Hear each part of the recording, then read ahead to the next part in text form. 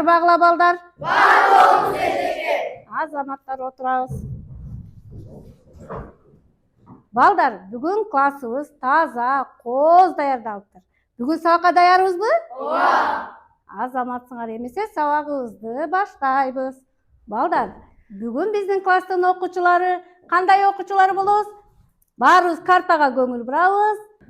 Бүгүн сабакта активдүү болобуз. Умар айтып коебуз. Тартиптүү болобуз сабакта. Тартиптүү болобуз сабакта, азаматсың. Балдар, биздин класста окуучулар жоопкерчиликтүү, таланттуу, иштерман, акылдуу, билимдүү окуучулар болуу менен бүгүнкү бул упайларды топтоп активдүү сабакка катышабыз. Балдар, азыр биз сен кандайсың? Мен ошондоймун деген оюнду ойнойбуз, Менин чачым кара. Менин түсүм кара. Менин боюм кыска. Менин көзүм көк. Менин тишим ак. Менин өңүм сары. Атсыңар балдар, көрдүңөрбү? Биз ар түрдүү болсок дагы баарыбыз бирдей адамдарбыз. Демек, балдар, бүгүнкү өтүлө турган жаңы темабыз жер шарынын калкы раса курамы. Бүгүнкү жер шарынын калкы рассасы боюнча силер менен биргеликте максатты аныктап алабыз. Биз бүгүнкү сабакта эмнелерди билип алышыбыз керек? Ана ким айтат? Айлин окуп коебуз. Жердин калкы рассасы курамы боюнча маалымат алабыз. Азамат. Камила окуп коебуз. Жердин калкы раса курамы боюнча маалымат алабыз жана карта менен иштейбиз. Азамат, карта менен иштейбиз. Балдар, бүгүн биз рассалык улуттук теңчиликке тарбияланабыз. Балдар, баарыбыз доскага көңүл бурабыз. Доскада турган тегерекчи аркылуу биз топторго бөлүнүп алабыз.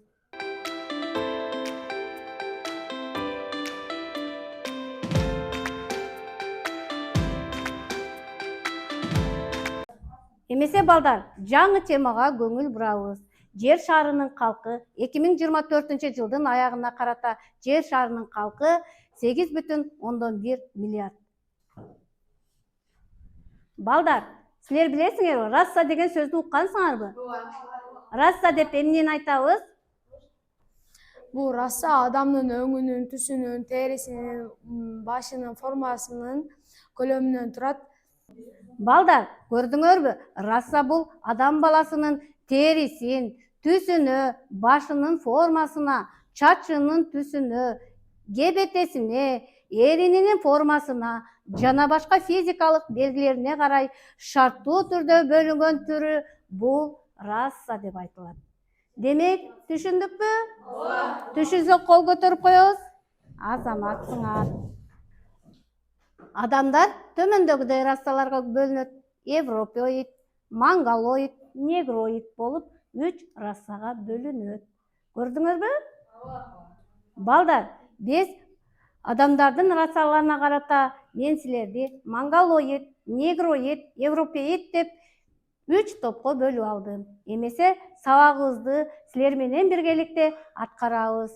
Балдар, бүгүнкү сабакта биз тапшырманы аткаруу үчүн атайын улуу географ Михлуко Маклай силерге онлайн тапшырмаларды жиберди. Мен улуу географ, саламатсыңарбы балдар? Мен улуу географ, саякатчы Михлуко Маклай болом. Мен силерге топ менен иштөөгө тапшырма даярдап койдум.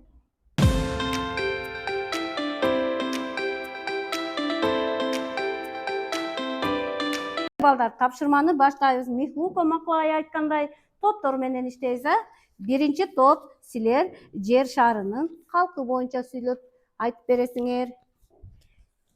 Экинчи топ силер аралаш рассалар боюнча айтып бересиңер.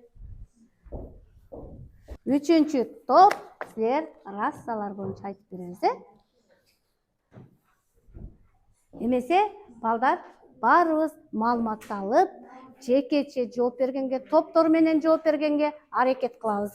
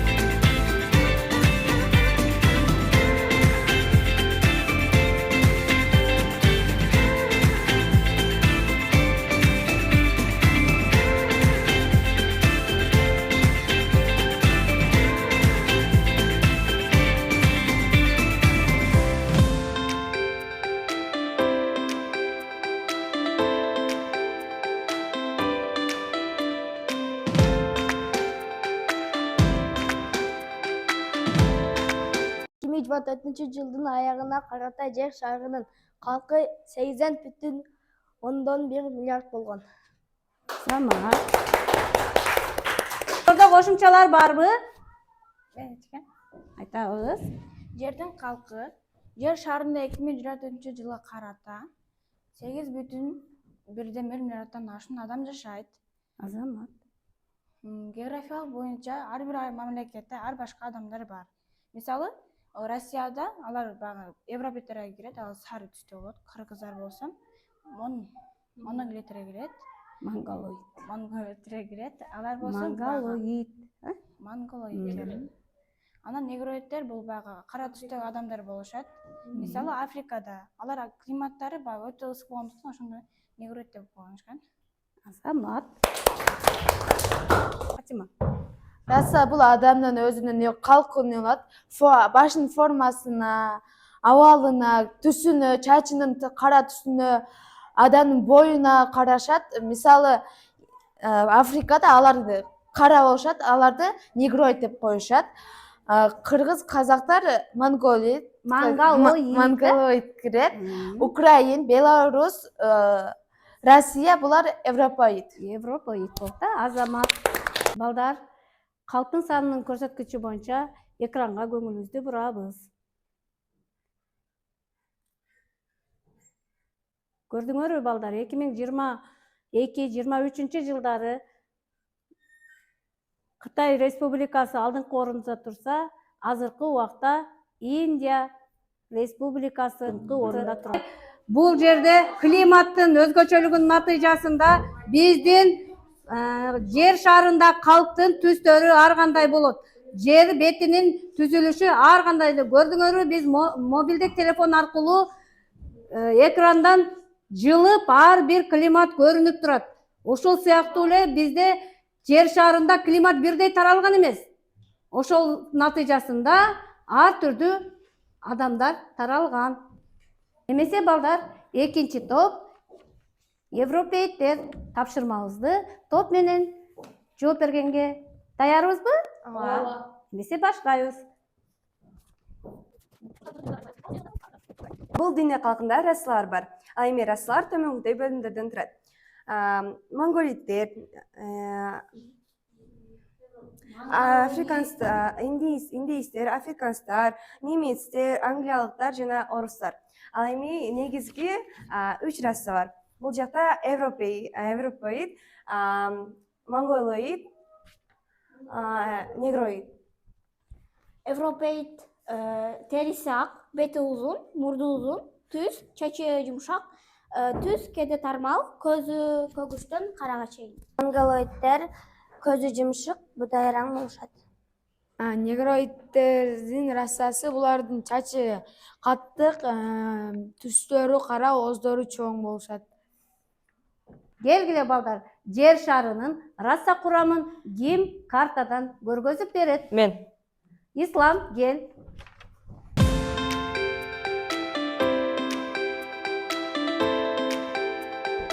Европейттер Европада, индейлер Түндүк Америкада,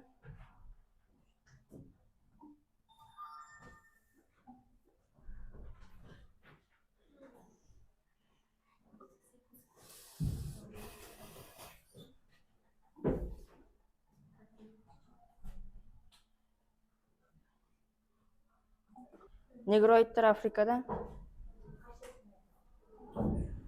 монголоидтер Азияда, метистер Түштүк Америкада,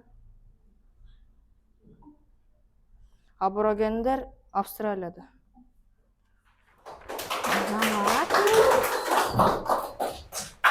Бар туура экен, Кочасы Азаматтына. Эмесе 3-чү топко негроидтерге көңүл бурабыз, Аралашма раса. Бул жерде европейс менен индейстер кошулганда метис чыгат. Бул жерде европейс менен негрлер кошулганда мулат чыгат. Бул жерде индейс менен негр кошулганда самбо чыгат. Бул жерде негроидтер менен магноидтер кошулганда малшы чыгат. Малшы эмес, Малгаш. Малгаш чыгат. Малгаш. Аралаш расалар Азияда, Африкада, Европада, Түндүк Америка, Түштүк Америка материктеринде жайгашкан. Азаматсыңар. Эмесе балдар, сабакты жыйынтыктайбыз. Баарыбыз экранга көңүл бурабыз.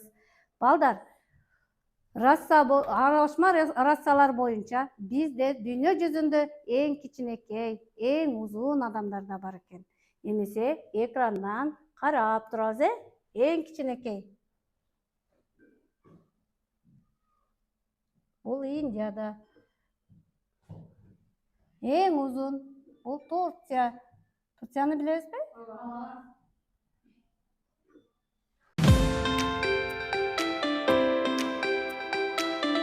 Демек балдар, көрдүңөрбү? Биздин жер шарында ар түстөгү адамдар таралган экен, бирок бардыгы ар түстөгү адамдардын бардыгы бирдей адамдар болушат экен.